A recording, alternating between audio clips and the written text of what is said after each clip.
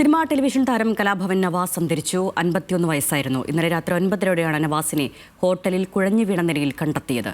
ഉടൻ ആശുപത്രിയിൽ എത്തിച്ചെങ്കിലും ജീവൻ രക്ഷിക്കാനായില്ല. പോസ്റ്റ്മോർട്ടം കളമശ്ശേരി മെഡിക്കൽ കോളേജിൽ ഇന്ന് നടക്കും. ചോറ്റാനിക്കരയിലെ ഹോട്ടൽ മുറിയിൽ കഴിഞ്ഞ ദിവസം രാത്രിയാണ് കലാഭവൻ നവാസിനെ ബോധരഹിതനായി കണ്ടെത്തിയത്.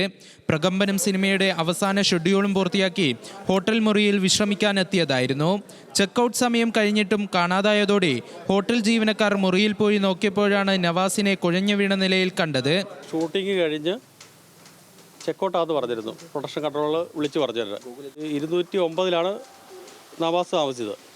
അപ്പം പുള്ളി ചെക്കൗട്ട് ആകാത്തതിൻ്റെ പേരിൽ നമ്മൾ വിളിച്ചു ചോദിച്ചപ്പോൾ ചെക്ക് ചെയ്യാൻ പറഞ്ഞു. അങ്ങനെ ചെന്ന് റൂമിൽ നോക്കി കഴിഞ്ഞപ്പോൾ റൂമിൽ നോക്കിയില്ല, ബെല്ലടിച്ച് കഴിഞ്ഞപ്പോൾ റൂം തുറന്നില്ല. അങ്ങനെ റൂം പോയി ജസ്റ്റ് ഒന്ന് പിടിച്ച് നോക്കി കഴിഞ്ഞപ്പോൾ ആൾ തറ കിടക്കുമായിരുന്നു. അങ്ങനെ പ്രൊഡക്ഷൻ കൺട്രോൾ അവിടെ വിളിച്ചു പറഞ്ഞ് അവരെത്തി ഇവിടുന്ന് ഹോസ്പിറ്റലിലേക്ക് കൊണ്ടുപോകുമ്പോൾ ആൾ ഒരു കുഴപ്പമില്ലായിരുന്നു.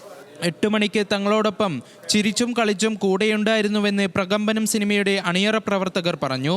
ഇപ്പോൾ രാവിലെ തൊട്ട് ഞങ്ങളൊക്കെ ആയിട്ട് കമ്പനിയായിട്ടൊക്കെ നടന്ന ആളാണ്.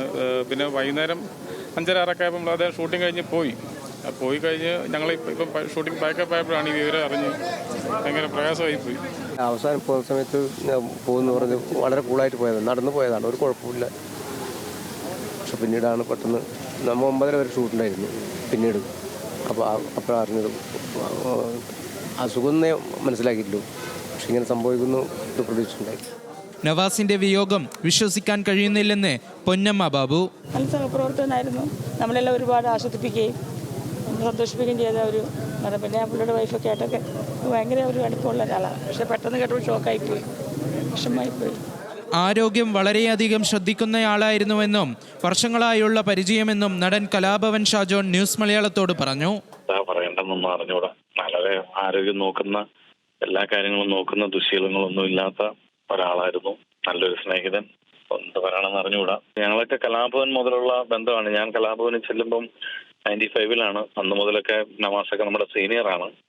അന്ന് മുതലുള്ള സൗഹൃദം ഇപ്പോഴും കാത്തു സൂക്ഷിക്കുന്നവരാണ് ഞങ്ങളെല്ലാം. ഏറെ നാളായി അടുപ്പമുള്ളയാളുടെ മരണവാർത്ത താങ്ങാൻ കഴിയുന്നില്ലെന്നും കലാലോകത്തിന് സൗമ്യനായ കലാകാരനെ നഷ്ടമായെന്നും അൻവർ സാദത്ത് MLA പറഞ്ഞു. അദ്ദേഹത്തിൻ്റെ മരണം ഇപ്പോൾ ഞാൻ ചാനലിലൂടെ കേട്ടപ്പോൾ അത്ഭുതത്തോടെ കേട്ടത്. കാരണം ഞാനൊക്കെ എപ്പോഴും കമ്മ്യൂണിക്കേറ്റ് ചെയ്യുന്ന ആളാണ്, എന്ത് കാര്യത്തിനും എല്ലാവരുമായി സഹകരിക്കുന്ന ആളാണ്, വലിയൊരു മനസ്സുള്ള ആളാണ്. മിമിക്രി ഷോകളിലൂടെയാണ് കലാഭവൻ നവാസ് സിനിമാ ലോകത്തിലേക്ക് എത്തുന്നത്. മലയാളികൾക്ക് നിരവധി ഹാസ്യ കഥാപാത്രങ്ങൾ സമ്മാനിച്ചാണ് നവാസ് ലോകത്തോട് വിട പറഞ്ഞത്. ന്യൂസ് മലയാളം, കൊച്ചി.